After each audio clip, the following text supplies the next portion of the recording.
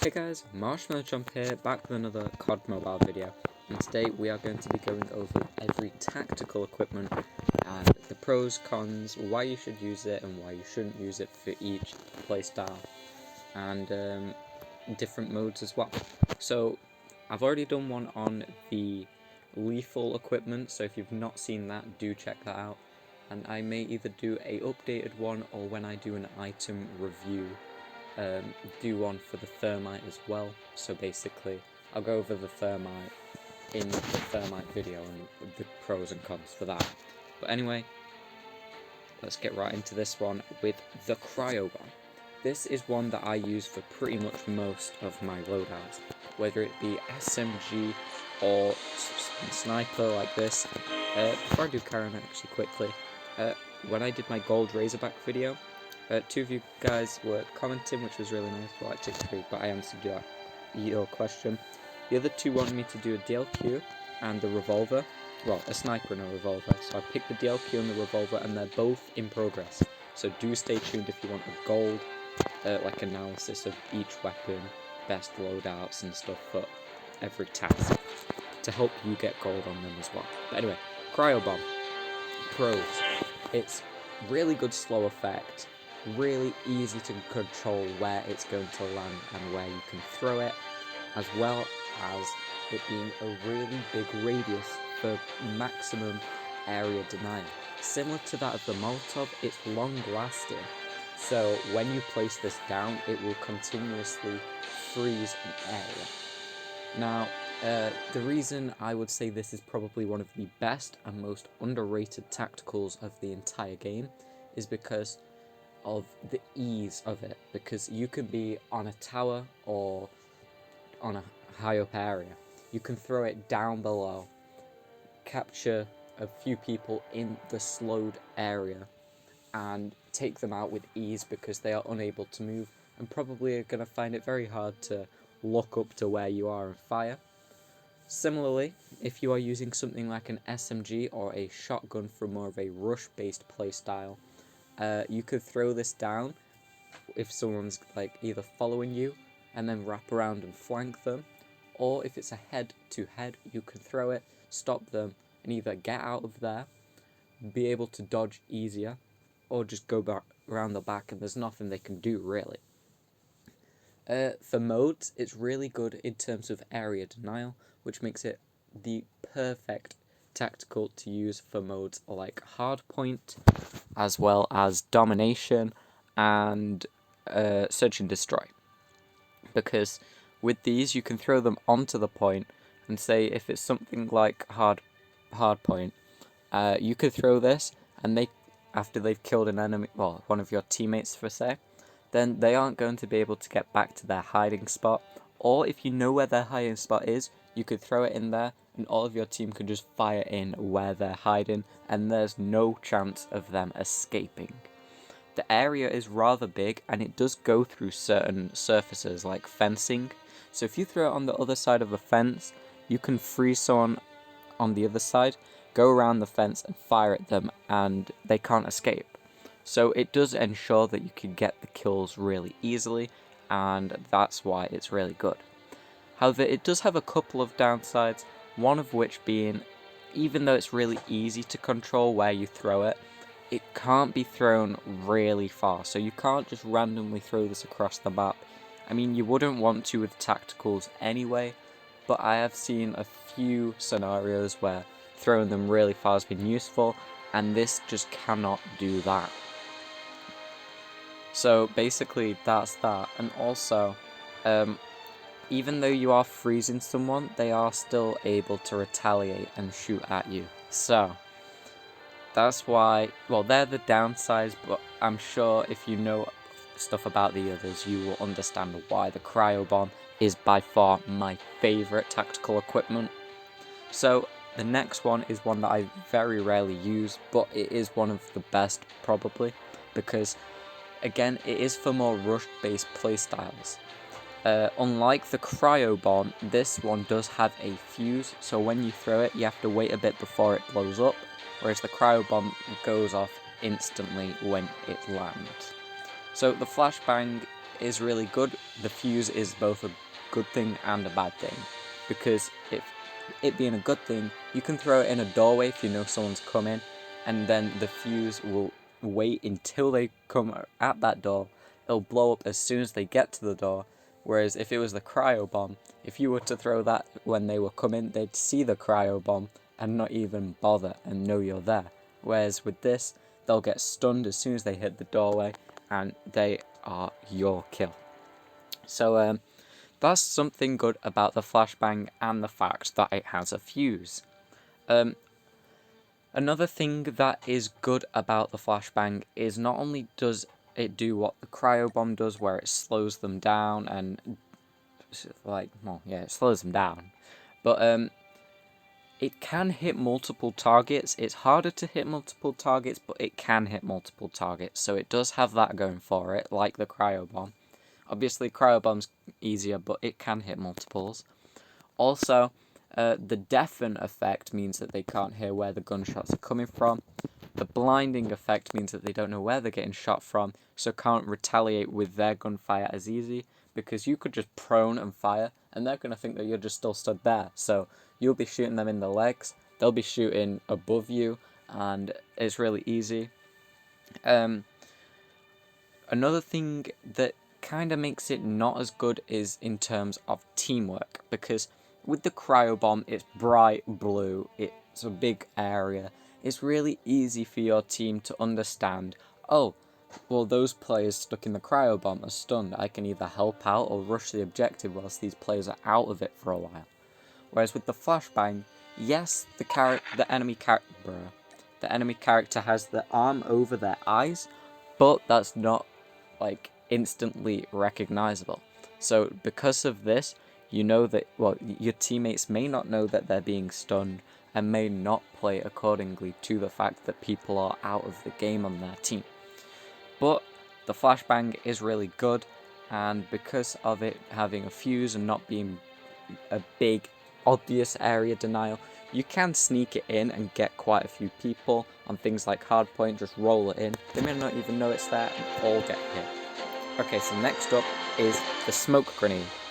Now, before the Cryobomb, this was my go-to.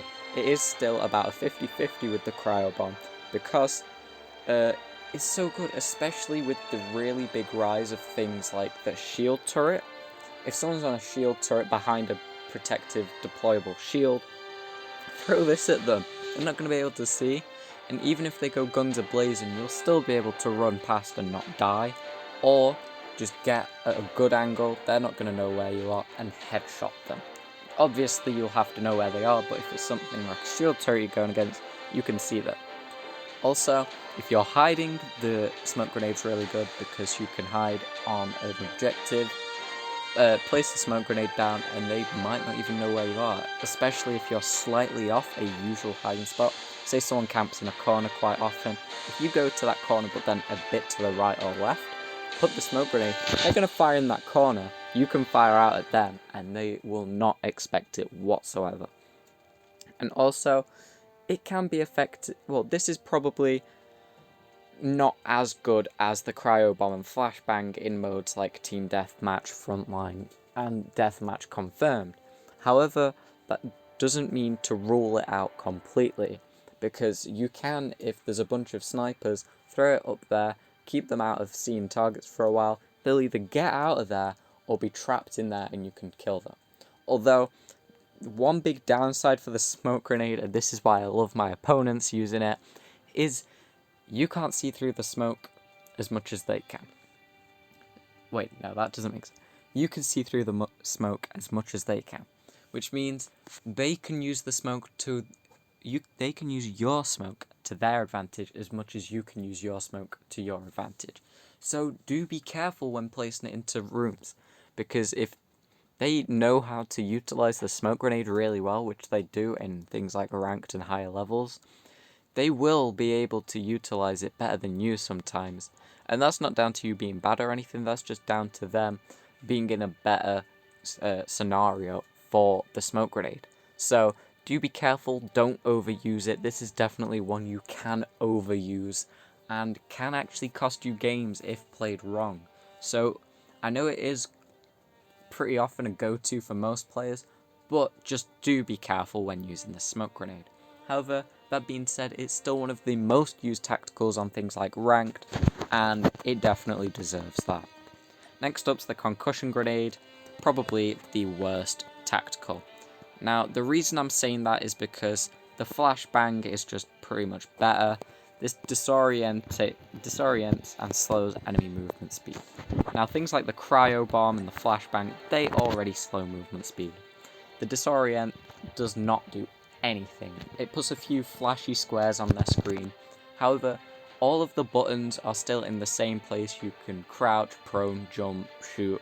You can still do all of that even when this has gone off. So honestly, it's just not as good. I really don't know what to say, it's just not as good. It's even got the same radius and duration stats as the Flashbang, so it is not worth it. And if you are a player who likes to use the concussion grenade, because I have come across a few, maybe just try running something like the Flashbang and see if you get any more success. Now, I'm not here to tell you that never use the concussion grenade. It has its uses. It's just pretty much almost always the other grenades are better.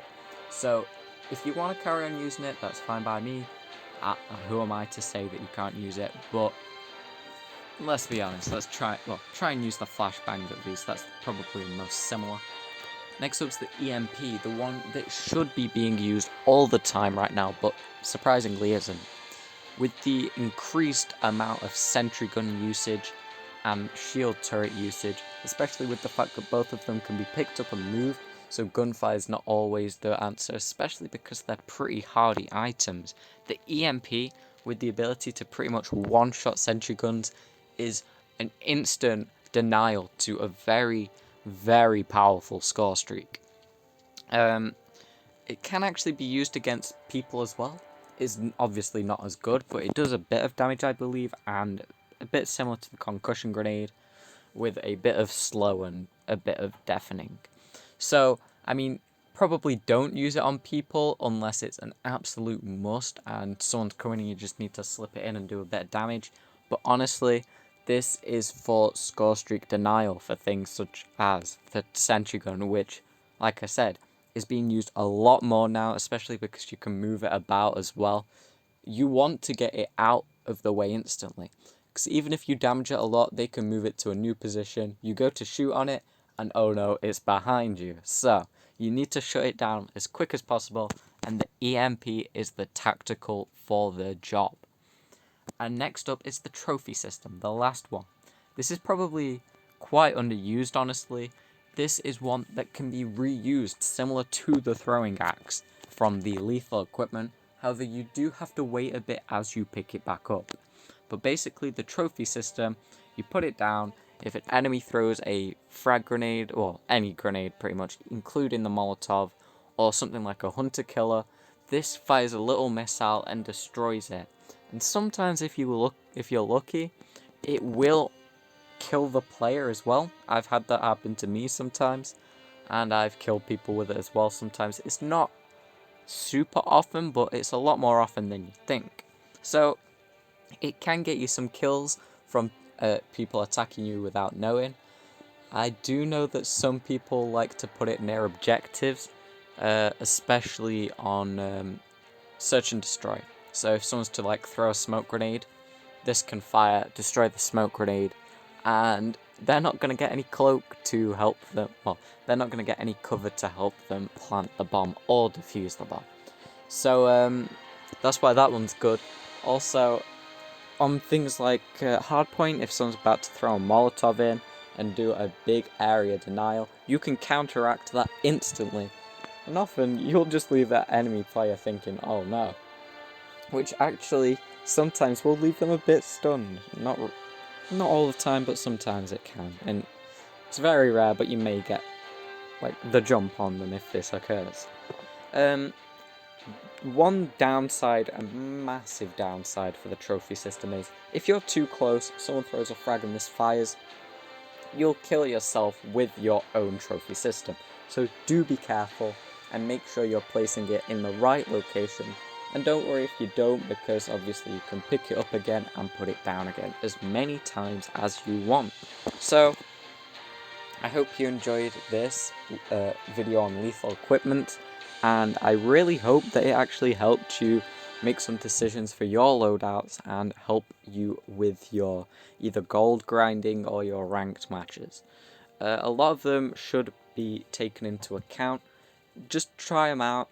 I mean, different playstyles are good with different ones. I like the Cryobomb for my sniper. Say if I'm on a tower, I can throw it down and get some easy guaranteed headshots, which not only gets a guaranteed kill with, so there's not a chance of it being a 2-shot and then they kill me, but also it just keeps everyone in the area at bay. So if they're sticking together, they're all going to be trapped, and I have enough time to kill all of them without any of them being able to retaliate. Whereas on the other hand, with the Razorback, I do use smoke, because you can just storm an objective or even bluff by throwing the smoke in one way and coming around the other way whilst they're all pointing at the smoke grenade. So I hope you enjoyed. Thank you so much for watching. Especially if you watched all the way to the end. I know people don't tend to watch my COD content. Stay tuned for Gold DLQ33 as I'm getting closer to that, and Gold J358 Revolver. I hope you enjoy this and them videos, and stay tuned for more Mario Kart, COD, Yu-Gi-Oh! Duel Links, and other content, and I'll see you guys next time. Bye!